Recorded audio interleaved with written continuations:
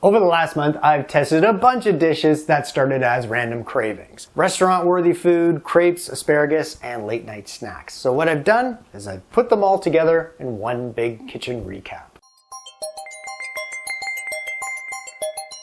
This pasta is about to meet a wine sauce made without the wine, on a night I'd usually tap for delivery. Should I cook it, or should I just order in? Started with mushrooms and olive oil, half the mushrooms out, then onions. This is where the wine would hit the pan, but in this kitchen, chicken broth and white wine vinegar. Well, trying to act restaurant-like as it reduces. Then cream. That brings the aromas to life. Blended smooth, which gives me a reason to wear this apron. Hold on, where's my sous chef? Ah, there's the pasta. And wine sauce without the wine. We're basically flirting with restaurant fraud. Trattoria-style sauce made at home. I'll share a few lessons learned on the site. That said, no need to order in tonight.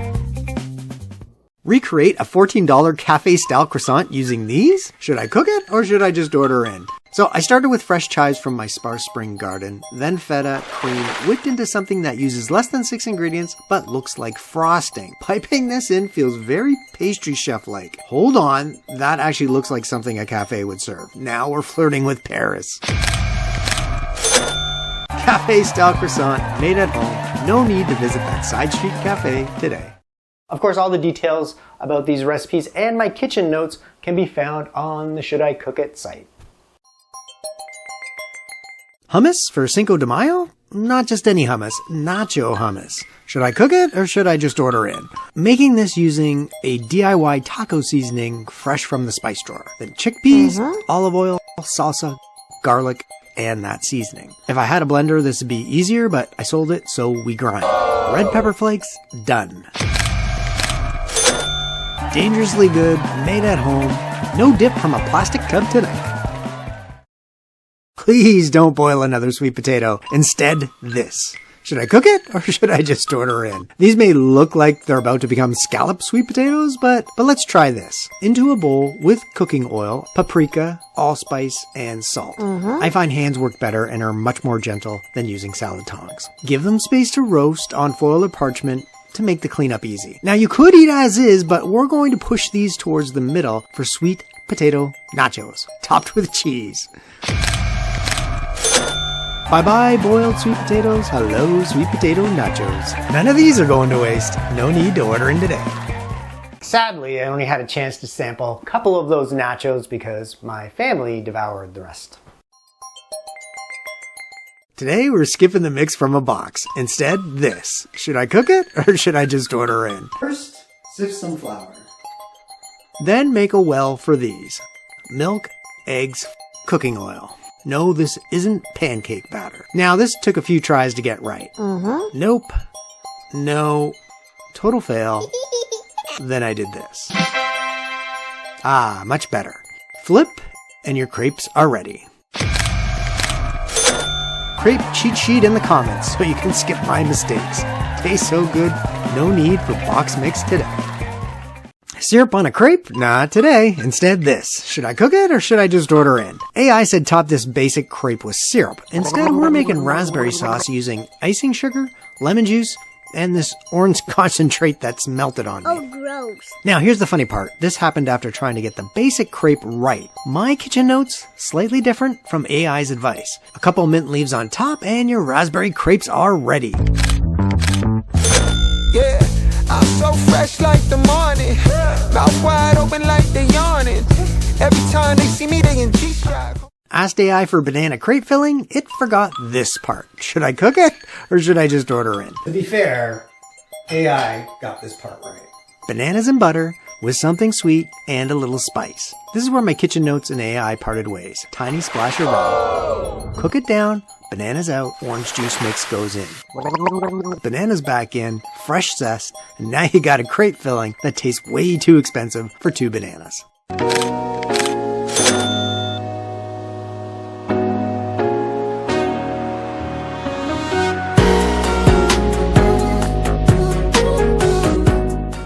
I put all my crepe making notes into a simple playbook because honestly, AI did give decent advice, but actually cooking them taught me a lot more. AI said go French. I missed the turn on purpose. Should I cook it or should I just order in? This side dish started somewhere near Paris. Garlic sauteed in oil with asparagus blistering in the pan. Then the trip changed. Sesame seeds toasted, garlic out, sesame seeds in. Soy sauce, lemon, and suddenly this asparagus needed chopsticks.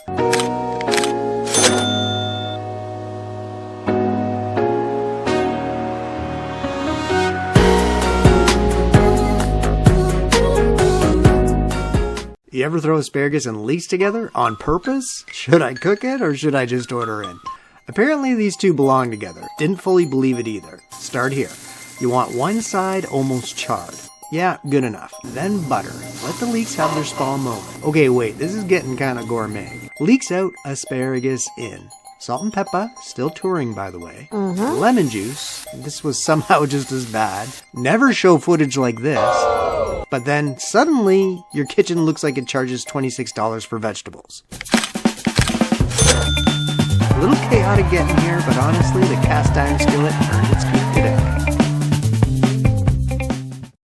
Blackened leek and asparagus sandwich. Yeah, I said sandwich. Should I cook it or should I just order in? Yesterday, this is what went down in episode 89. Today, we freestyle with the extras. Hit it with balsamic and Parmesan. Big whole Parmesan. Butter with one hand while holding the camera with the other. Garlic powder. And before somebody says fresh garlic is better, yeah, probably, but we're making a quick lunch here. Under the broiler, and look at that. Your kitchen just became a tiny gourmet sandwich shop with exactly one sandwich on the menu. Made by you. Worth every bite.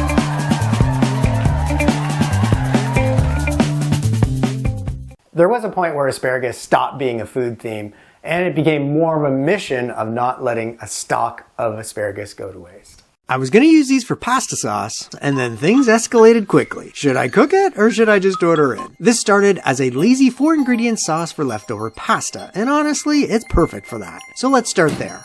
Oil in pan, veggies in, garlic, salt and pepper, stir. Then the Alfredo sauce goes in. And now you've got a rich seasonal pasta sauce. But then this started happening. Crepes. Now this mushroom and asparagus sauce starts acting like something you'd overpay for at a cafe. This is next level, made by you, if your crepe game is solid. Scorecard for crepes in the comments. End of week, found these 3 surviving in the fridge. Should I cook it or should I just order in? This is my favorite way to clean out the fridge.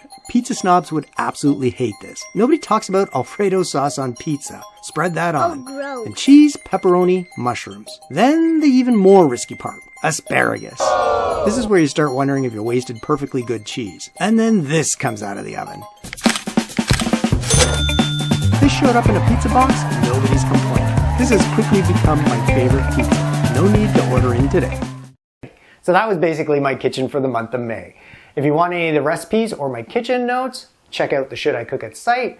And if you're making crepes for the first time, check out that playbook. It'll save you from at least a few disasters. So what food should take over my kitchen next month? Let me know in the comments. Thanks for watching. Cheers.